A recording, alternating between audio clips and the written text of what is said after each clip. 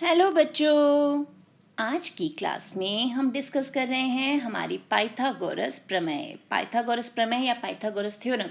ये हम क्लास 6, 7, 8 से यूज़ करते आ रहे हैं। तो क्या सीखा है हमने उसमें कि हमारा एक समकोण त्रिभुज यानी जिसमें एक कोण 90 डिग्री का है, उसमें हमारा जो कर्ण का वर्ग होता है वो लंब का वर्ग जमा आधार के वर्ग के बराबर होता है। ये हमने सीखा है। तो आज हम देखेंगे कि ये जो सर्वसमिका है, जो हमने आइडेंटिटी निकाली है, इसे हम प्रूव कैसे करें, सिद्ध कैसे करें। तो सबसे पहले हम देखते हैं पाइथागोरस प्रमेय का कथन। कथन है, एक समकोण त्रिभुज में कर्ण का वर्ग अन्य दो भुजाओं के वर्गों के योग के बराबर होता है। यानी ये है हमारा कर्ण और इसका वर्ग, दो भुजाएं कौन सी हमारी, एक लंब है और एक आधार, इन दोनों के वर्गों के योग के बराबर। तो ये है हमारा पाइथागोरस प्रमेय का कथन। अब हम इसे सिद्ध करते हैं। तो सिद्ध करने से पहले हम बनाएंगे इससे संबंधित एक आकृति और स्टेप बाय स्टेप इसे प्रूव करते जाएंगे। अब ये है हमारा त्रिभुज ABC जिसमें कोण है B जो 90 डिग्री का। तो अब कोण B 90 डिग्री का हो गया तो इसका मतलब ये हो गया हमारा समकोण त्रिभुज। तो जब भी हम प्रमेय सिद्ध करते हैं बेटा, तो सबसे पहला स्टेप जो है वो तो हमारा फिगर हो ही गया, हमने आकृति बना ली। उसके बाद हम देखते हैं कि हमें क्या क्या दिया है। तो हमें दिया है त्रिभुज ABC जिसमें कोण B जो है वो है हमारा 90 डिग्री का। उसके बाद आता है हमारा सिद्ध करना है कि हमें जो हम प्रमेय सिद्ध कर रहे हैं उसमें बेसिकली हमें सिद्ध क्या करना है। तो कर्ण क्या होता है, कर्ण होता है जो समकोण त्रिभुज है उसकी सबसे लंबी भुजा, और यहाँ सबसे लंबी भुजा है हमारा AC। तो यानी AC का वर्ग जो है वो अन्य दो भुजाएं, तो कौन सी दो भुजाएं बच गई हमारे पास, एक तो AB और एक BC, यानी AB का वर्ग जमा BC का वर्ग, ये हमें सिद्ध करना है।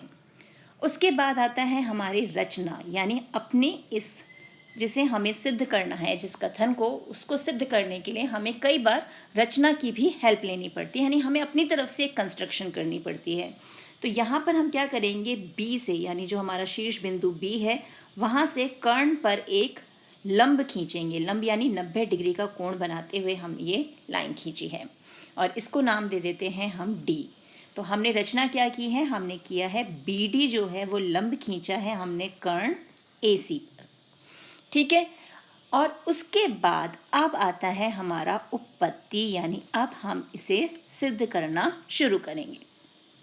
तो अब इसमें आकृति बनाते समय भी एक ध्यान रखने वाली चीज़ है कि हमने यहाँ पर कोण B जो है, ये 90 डिग्री का कोण, वो ऊपर रखा है, और जो नेमिंग की है कोण की उसमें ABC, क्योंकि जैसे कोण हमारे जो हमारा त्रिभुज है उसकी हम जिस प्रकार से नाम रखते हैं उसी हिसाब से हमें सिद्ध करना होता है, उसी हिसाब से हमारी इक्वेशन बनती है।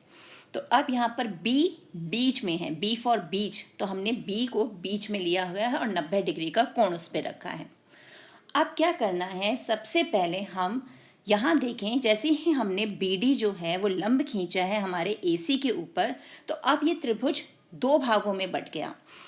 एक तो त्रिभुज एक ये रहा और दूसरा त्रिभुज हमारे पास ये रहा। तो ये दो छोटे त्रिभुज, और सबसे पहले कौन सा था, हमारा बड़ा त्रिभुज ABC। तो अब हम क्या करेंगे, एक एक त्रिभुज को हम बड़े वाले त्रिभुज से कंपेयर करेंगे। जैसे हम सबसे पहले ये त्रिभुज एक जो है ये ले लेते हैं, यानी त्रिभुज ABD और त्रिभुज ABC। मैंने कहा ना, हर छोटे त्रिभुज को हम बड़े त्रिभुज से कंपेयर करेंगे। तो ABD को अब हम बड़ा त्रिभुज जो है हमारा ABC उससे कंपेयर कर रहे हैं। तो यहाँ ध्यान से देखें, कोण A जो है वो ABD त्रिभुज में भी है और ABC में भी है, यानी कोण A बराबर कोण A कॉमन है, तो हम इसे क्या लिखेंगे, उभयनिष्ठ। तो ये हमारा हो गया कॉमन। उसके बाद कोण एक, इसको नाम दे देते हैं, इसको नाम दे देते हैं 2। तो ABD का कोण 1 ये 90 डिग्री का है, और त्रिभुज ABC का जो कोण B है वो 90 डिग्री का है। तो ये हो गए 90 डिग्री के, दोनों कोण बराबर हो गए। अब हमें ये भी पता है यदि दो त्रिभुजों में हमारे दो कोण समान हो जाते हैं तो वो क्या हो जाते हैं, समरूप, यानी AA, ये हमारी समरूपता का क्राइटेरिया हो गया, समरूपता कसौटी हो गई। तो AA समरूपता से क्या हो गया हमारा, त्रिभुज ABD जो है वो समरूप हो गया त्रिभुज ABC के।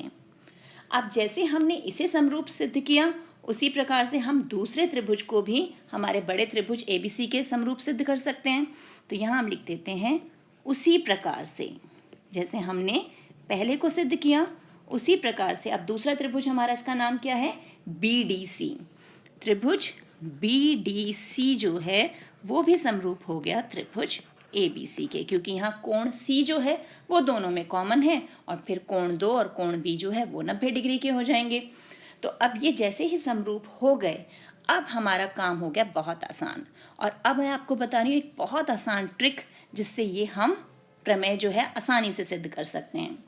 अब हम क्या करेंगे, क्योंकि हमारा जो त्रिभुज ABD है अभी हमने सिद्ध किया कि वो त्रिभुज ABC के समरूप है, ये हमने सिद्ध किया ना यहाँ पर। तो जब वो समरूप हो गए तो उनकी संगत भुजाओं का जो अनुपात है वो बराबर होना चाहिए। तो अब ये संगत भुजाएं जो चुनते समय ना कई बार कन्फ्यूज़न हो जाता है कि कौन सी भुजा लेनी है, कैसे से अनुपात लेना है।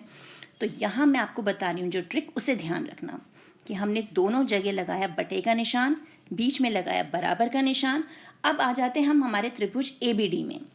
ABD में हमारी सबसे बड़ी भुजा कौन सी है, यानी ABD का कर्ण जो है, तो ABD का कर्ण सबसे बड़ी भुजा, इसके 90 डिग्री के अपोजिट गए यानी AB को हमने लिख लिया यहाँ बटे के नीचे। जो AB हमने यहाँ लिखा वहाँ वो हम इस सीधे हाथ पर बटे के ऊपर लिख लेंगे। अब हमने ABD का कर्ण तो लिख लिया, ABC का कर्ण कौन है, ABC यानी हमारा बड़ा त्रिभुज, उसकी सबसे बड़ी भुजा वो तो हमें पता है, वो कौन सी है, हमारी AC। तो अब हमने AB भी लिख लिया, AC भी लिख लिया। अब जब हम त्रिभुज चुनते हैं तो ये जो BD भुजा हमने खींची थी ना, इसे हम यूज़ नहीं करेंगे। तो अब ABD में BD को छोड़कर कौन सी भुजा है जो हमने यूज़ नहीं की, वो है AD। तो वो AD हम यहाँ लिख लेंगे। तो ये आ गया हमारे पास अनुपात। बस अब क्या करना है, अब ये यहाँ पर गुणा होगा और ये यहाँ, यानी क्रॉस मल्टीप्लिकेशन। तो ये हो गया AD गुणा AC बराबर AB गुणा AB। तो यहाँ से हमें क्या मिल गई समीकरण, AD गुणा AC बराबर है AB स्क्वायर के, यानी AB का वर्ग। ये हो गई हमारी समीकरण 1। अब हम अपना दूसरा सेट ले लेते हैं, यानी हमारा जो दूसरा त्रिभुज है कौन सा है, BDC, यानी ये वाला त्रिभुज जो है BDC और ABC। अब क्योंकि उन्हें भी हम समरूप सिद्ध कर चुके हैं, तो क्योंकि त्रिभुज BDC समरूप है त्रिभुज ABC के, तो यहाँ भी अब क्या होगा, संगत भुजाओं का अनुपात समान होगा।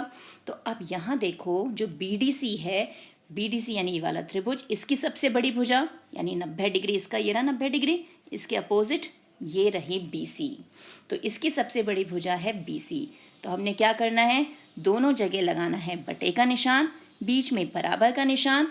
BC जो सबसे बड़ी भुजा है वो रखेंगे हम नीचे, यहाँ रखा नीचे और सीधे हाथ पे से ले गए ऊपर। BC यहाँ पर भी और BC यहाँ पर भी। और बड़े त्रिभुज की सबसे बड़ी भुजा कौन सी है, हमारी AC। तो हमने यहाँ भी AC नीचे लिखा था, यहाँ भी AC नीचे आ गया।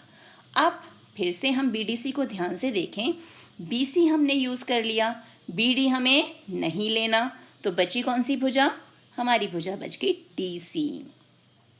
तो बस अब क्या करना है, DC को हम यहाँ लिख देंगे, हो गया ये। फिर वही काम कि ये यहाँ गुणा होगा और ये यहाँ गुणा होगा, तो DC गुणा AC बराबर है BC गुणा BC के। तो ये मिल गया हमें DC गुणा AC बराबर BC स्क्वायर, और ये बन गई हमारी समीकरण 2। अब जब हमारे पास समीकरण 1 और 2 आ गई, हमने क्या करना है, 1 व 2 को जोड़ने पर, यानी इन दोनों समीकरणों को हम क्या कर देंगे, जोड़ देंगे। और जोड़ते समय हमें क्या ध्यान रखना है कि लेफ्ट हैंड साइड यानी उल्टा जो पक्ष है हमारा वाम पक्ष, उसे वाम उल्टे हाथ पे जोड़ना है और सीधे वाले को सीधे पे। जैसे AD गुणा AC और DC गुणा AC को हम एक साथ जोड़ेंगे, यानी ये हो गया AD गुणा AC, इसके साथ जोड़ रहे हैं हम DC गुणा AC, और सीधे हाथ पे कौन कौन है, ए बी स्क्वायर और बी सी स्क्वायर। तो ए बी स्क्वायर जमा बी सी स्क्वायर। अब यहाँ ध्यान से देखें, ए सी यहाँ पर भी है और यहाँ पर भी है, तो कॉमन निकाल लें।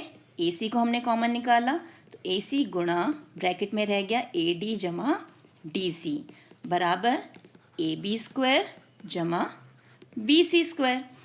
अब ए डी जमा डी सी क्या है, तो ये हम आकृति में देखते हैं।